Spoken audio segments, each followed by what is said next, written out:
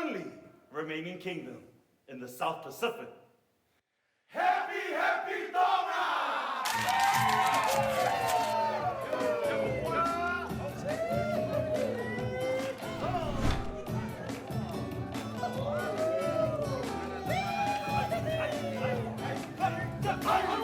1, 2, 3, 4. 1, 2, 3, 4. Malo LLA Freshies. My name is Diamond Langi. And I'm Sally Ilawa, and welcome to Red, White and Brass here at the ASB Waterfront Theatre.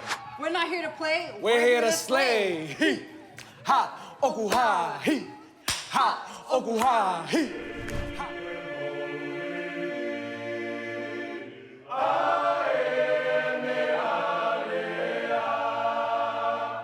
The show is such a huge deal because it's 2024 and finally we have a Tongan play at the ASB Waterfront. This is one of our most iconic theatres here in Tamaki Makaurau, and we often pride ourselves on being the biggest, you know, the home of Polynesia or the largest Polynesian city in the world, and it's taken us this long to put our stories at the waterfront.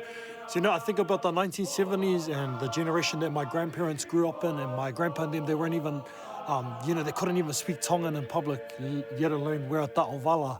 And I wish he was alive to see how the narrative has shifted and how we can finally be loud and proud and celebrate our culture, our language on stage. We're unapologetic, we're taking over the Waterfront Theatre. It's going to be a huge celebration for our whole Tongan community. I told you, no more shenanigans! Well, honest to who, Dad knows what shenanigans means? If I was to describe the play in one sentence, it would be that Red, White and Brass, the play, is about Tongan pride and doing whatever it takes to reach an end goal.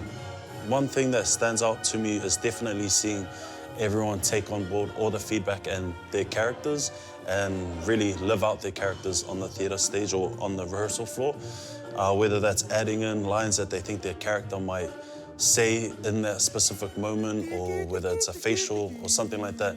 Yeah, those have been highlights for me, and just seeing everyone embrace their Tongan culture in their full force. A lot of the people in this theatre show, I was fans of them before I've become friends with them. It's all very new to me, and I've seen their work that they've done in the past, so to be able to work with them is a massive honour, especially with our directors, you know, with Annabella and Vala, Pet Mal assisting as well. Everyone's been doing an amazing job. Yeah, it hasn't been easy. It's been very challenging, but with the team, yeah, they've been, like the place is, stay fifeka, never peru. That's been everyone throughout this whole process. What's in the fun terrace happening here? In Tonga, we use this to practice until we get our real instruments, eh? This is Tonga Ingenuity at its finest, cuz. I would say it's extremely important to have this play at the Waterfront because it's the first Tongan play. And for this story to be on that stage is so huge, and I know the Tongan people are going to be so proud.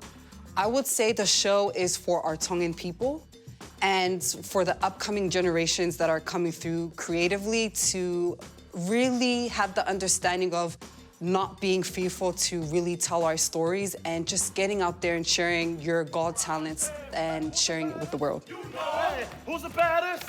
For a show like this to actually incorporate a real live brass band has been such an experience for us because, you know, we've been so used to working with an audio track so that we can get our choreography and make sure that we're in the right place at the right time.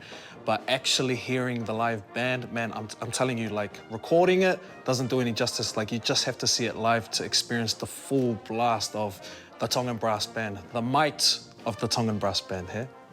I think that this show is for everyone to come and watch, but I just know that our Tongan people, our Tongan community are going to love it because, you know, in this play, our amazing writer, Leki Jackson Burke, he was able to put into this play some of the things that we're kind of missing out from the film. And so there's so many moments in that play that only Tongans know, and if everybody comes and watches it, then they will slowly start to understand the different nuances that Tongans deal with on a day-to-day life. So we just came up with all these ideas of how we wanted to make it different. We added in Tongan dancing, singing, all the stuff that we kind of didn't get in the film, and bringing in themes around, like, you know, cultural identity, stories about Queen Salote, the Jets, and all this rich Tongan goodness and nuance that we wanted to capture in the stage play. Pride, the energy, the passion. ultimately, I hope audiences leave with a sense of pride and nostalgia. I think the show is going to help a lot of families unpack some of their family dynamics, you know, especially growing up here in New Zealand in a contemporary context.